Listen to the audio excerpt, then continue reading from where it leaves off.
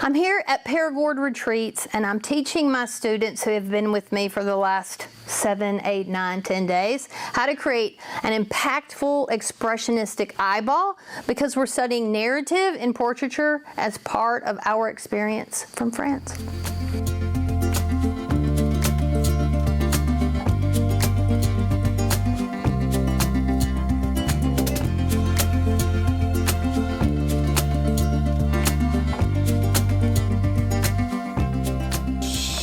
Okay, so we are here in France, gorgeous France. We've had 7 days of excursions, right?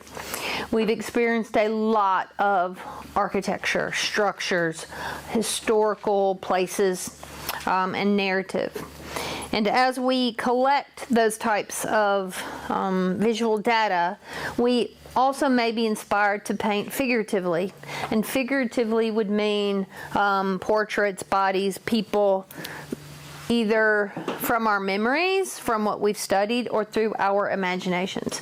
And if that is one of the intentions or decisions that you want to make, it's always helpful to think about expression in the face if you're trying to capture a mood or a memory or a tone in the character that you paint, or for the viewer to actually perceive. Make sense? Mm-hmm. If you're going to do faces, eyes are going to be really pivotal so that you can connect with the viewer, because you can paint virtually anything you want in figurative form, and if you put eyes in it and you nail the eyes, it's going to have more of an impact on the viewer.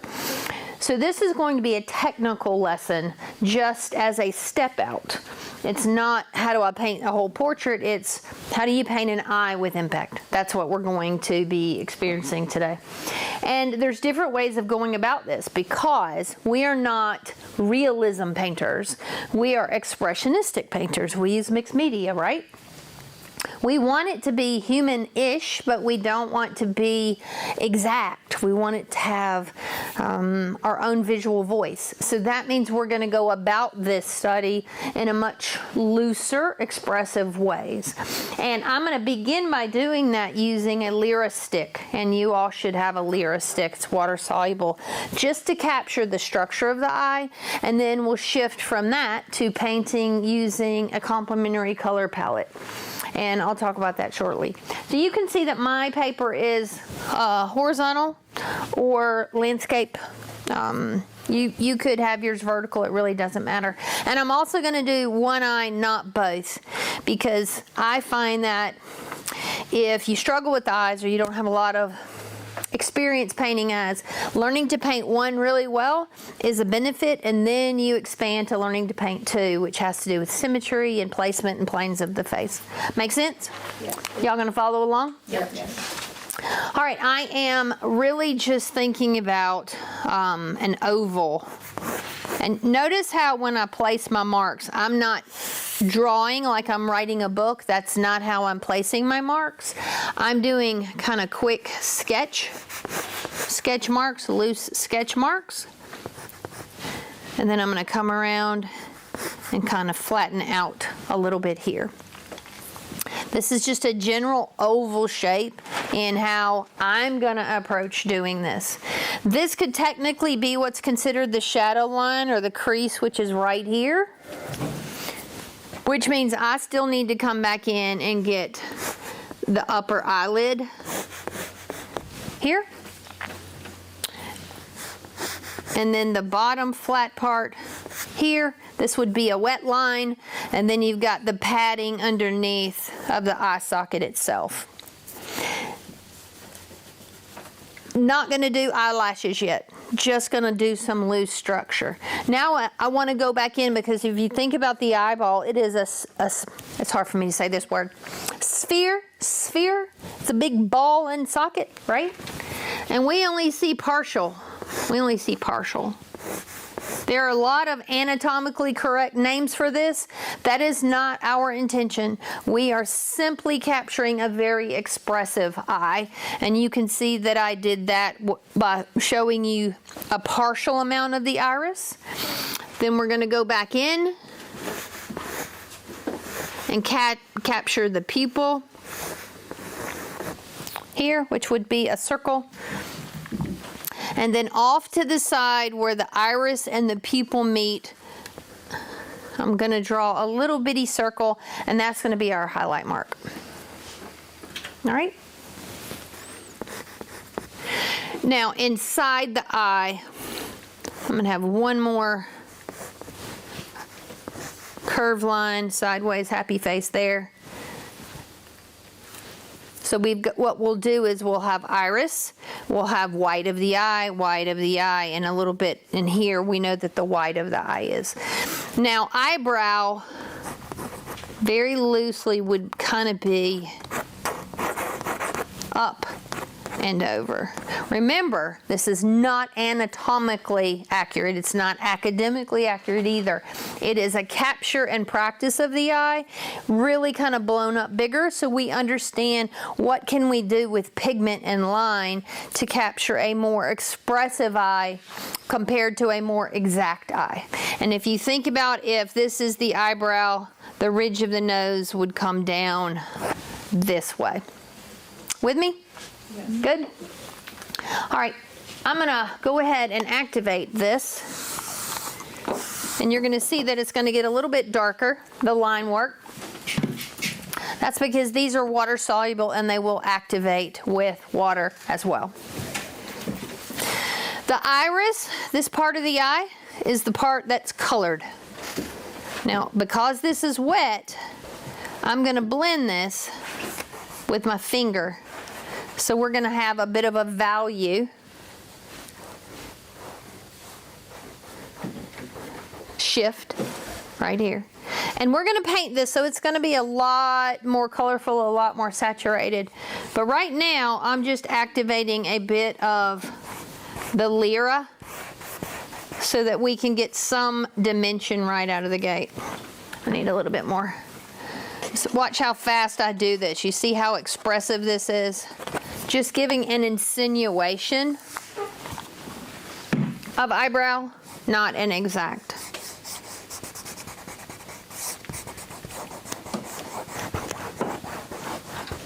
All right.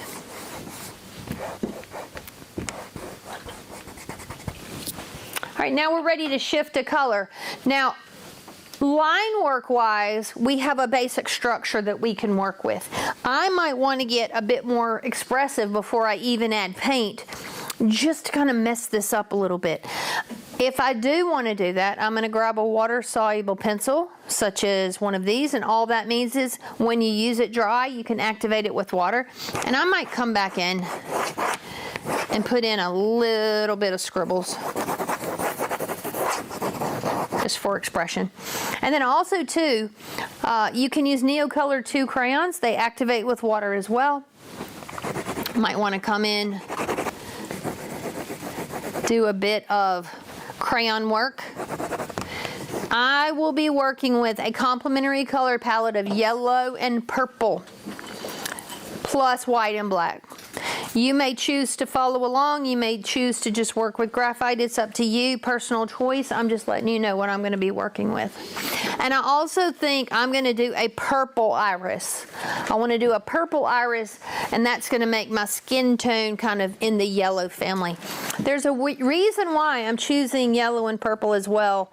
Over the last 7 days, really the last 2 weeks, in experiencing France for the first time, yellow and purple have been a color that has come up and come up and come up a lot. With the fields from the train, with the purple irises, so much yellow and purple. So I'm kind of embracing that because of the experience that we've just had over the past week. Make sense? All right, I'm going to go ahead and start painting in. There is an approach to creating an impactful eye that I call a fire eye. And all that means is you begin with a base coat or a base color of purple. So I better put my glasses on or I'm going to be like, it's going to be a hot mess. All right, so I'm just very loosely painting the eyeball in, and I'm going to come up all the way over here. Yep, just like that.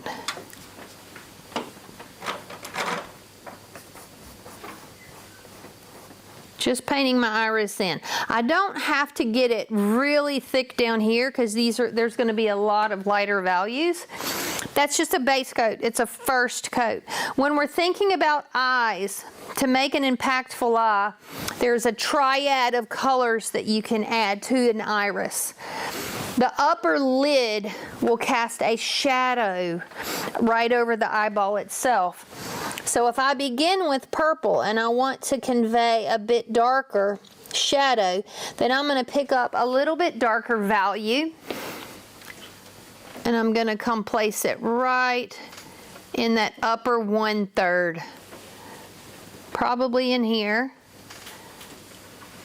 upper 1/3. And then I want to blend that in like it's a natural blend. I don't really want to have a dark stripe and a mid-tone stripe and a light stripe. That's not what I'm going for. I'm going for a gradient. Dark, middle to light. And you can see how that darker is already creating a little bit of drama there. Down here at the bottom, I want to have a lighter value. So I'm going to take my purple and I'm going to create a tint down here at the bottom. I'm going to come in and I'm just going to very lightly place this tint in a painterly way. And if you think about the structure of the eye itself, the iris has a lot of texture within it. So placement of my brush stroke, and I'm kind of just dabbing a good bit, dabbing a little bit. That's kind of my goal here. All right, y'all good? Following along? If it gets to where it's stripy or the gradient looks forced, then you can always come back in and lightly move back and forth. We're still going to add some brighter lights here, but these are the initial 3 groups of coloring in a gradient that we want to work with. Next thing I want to do is not get paint on my shirt, so I won't wipe this on my apron. I want an absolute black in this pupil because pupils don't reflect light, they're flat. So I'm going to come in and I want it to be black. If it's not black enough, I'll put a first coat down and then I'll fill my brush back up and capture the black. I need more black.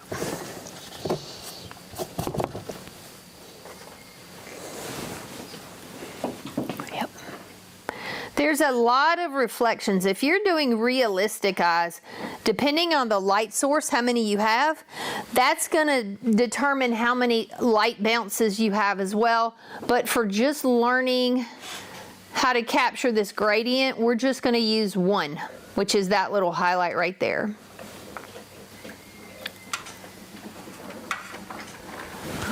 All right, got the iris, got the pupil. Now the thing about this upper eyelid is that it casts a shadow not simply on the colored part, but on the whole surface of the eyeball. So I want to kind of clean my brush a little bit and come in, and I want to place my brush right along that eyelid line and pull down a little bit. Now notice I'm using purple and not gray. I'm doing that because this is an expressive eye and it's totally abstracted. It's not realistic. So I can get away with putting purple on this part of the eye because I want to. That's why. Okay, now you can see that there's kind of that shadow. And then we go to, all right, well, what about the white of the eye? I don't really want to leave the white of the eye stark white. I want it to have a bit of color in it because typically it's never really white.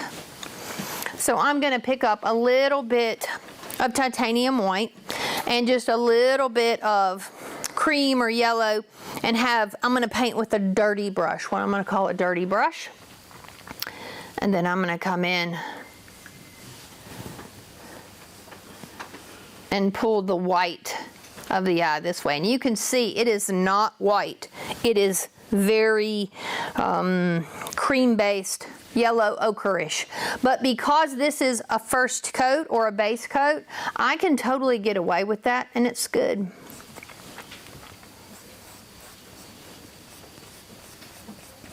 I'll come back with a bit brighter white later. Right now, it's perfectly fine. All right, I'm going to shift gears now and capture the yellow. We're going to shift to the skin. So I know that I've got yellow on my palette, and I'm going to need some tints and a little bit of shade. If I were to mix yellow with black, I'm going to get green.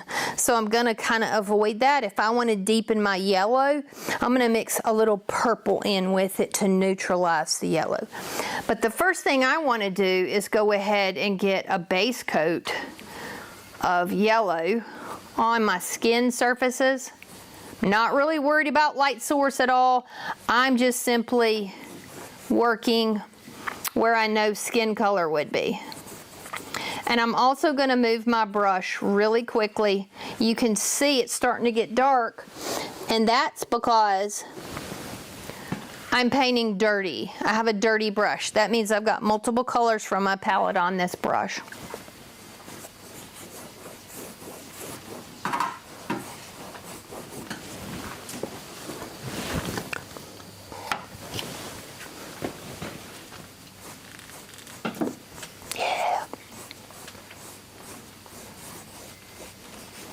Very loosely, quick capture.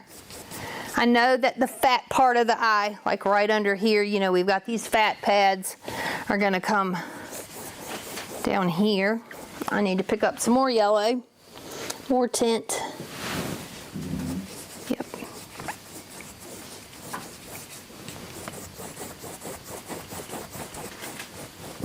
If I get too purpley on this side, I'll go pick up more yellow. It's kind of just a yin and yang between both colors at this point. You can see too though, this color right here almost looks burnt sienna. That's because there was purple on my brush and yellow, and it mixed to that deeper brown color. This wet line right here is, if you look at the person beside you, that bottom eyelid kind of juts forward, and there's that little amount of space where it's also wet. That's going to be a pretty light version in this eye, and I'm just gonna capture it right there.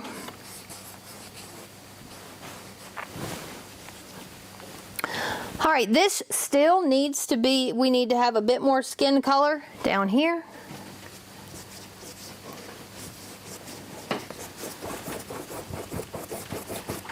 But I'm not painting in, I'm not painting a lot of the skin mass. I'm just giving the impression of color at this point so that I can focus on the eye.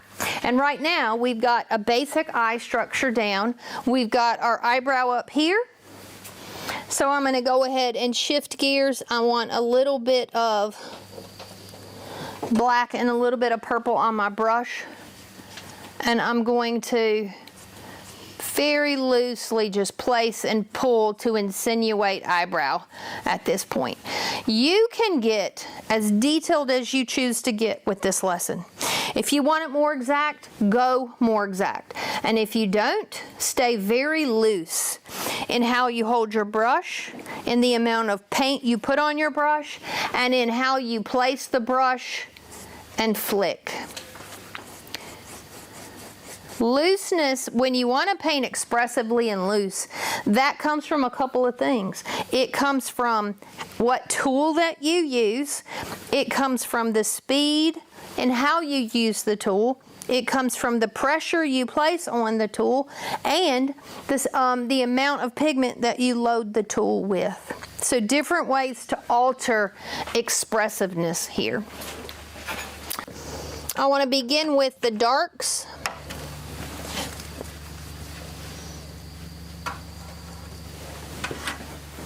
This line back here is the crease line, right? It's the crease line. So I'm going to kind of capture that with a little bit of purple. And once I get that little bit of purple down, I'm going to come back and pull yellow right over the edge of it. And then kind of smooth that out. Now, right here would be kind of where the brow bone is. So I know there's going to be a bit of a highlight there. So I might come in and lighten this up a little bit. Just a little. And then I also want to think about where's the light hitting this eyeball.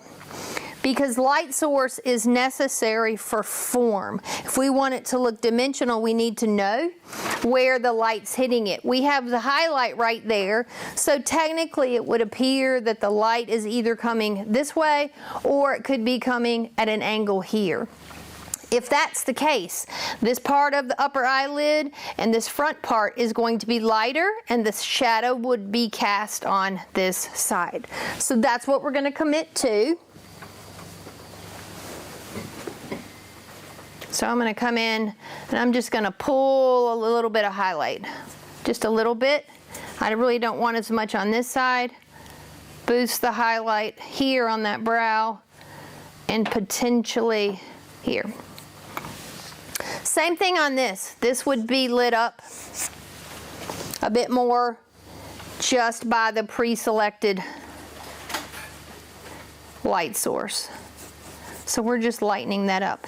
And you can see I had a little bit of turquoise on my brush. Totally fine. All right, the next thing I want to do is now go push a little bit of dark. I know I've got this crease, but I also know the upper eyelid, the edge, it's going to be a little bit darker. That's that little curly part. I don't want to get too dark here. But I do want to kind of continue coming back to the structure of the eye. I know that this is where the fat pad under the eye would be.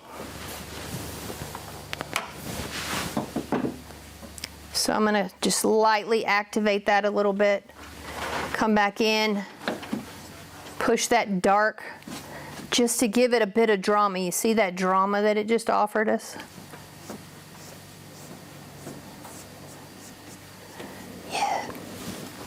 Now I want to come back in and push the lights even further. So that wet line right here, just a hint of highlight right there at the edge. I want to come back and I want to capture the white there. I do like that. And now I want to come back and brush over the whites of the eye so that some of that warmer tone is under it, but it's not as yellow. I don't want my eye to look jaundiced, right? That would be gross. Yep. We're just giving a bit of impression.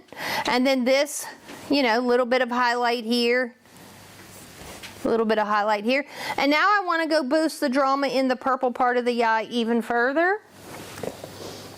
And then we're almost done with this quick study.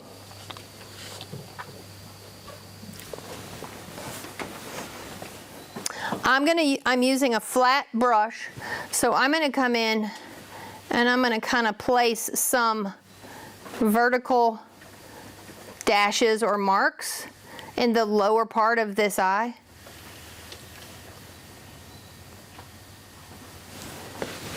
I want to pick up a bit more purple and kind of bring that up some as well.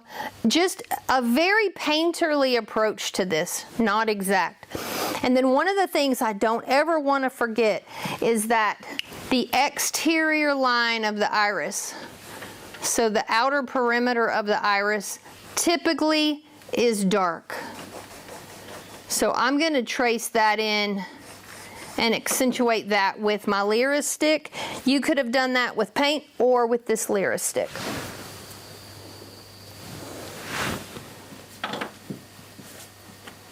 Just a bit of dark. And the great thing about painting this way is if you go too far and you blow past it and you're like, oh, that doesn't go there, you can just paint over it. If you lose too much of your color, Bring your color back right over the top.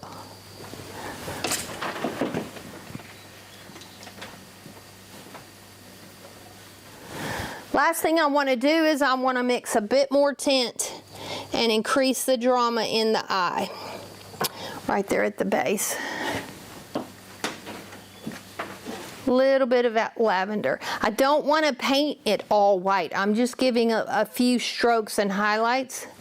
And then the last thing I want to do is I need to step back and I need to look at it from afar and get a judge. Right now, based on me looking at it this far, this is too much. Oh gosh, this is too much. So I'm gonna blend that out. I'm going to bring in a little bit more purple and just tweak it some. Yes. Putting a little light around the inner part of the iris as well.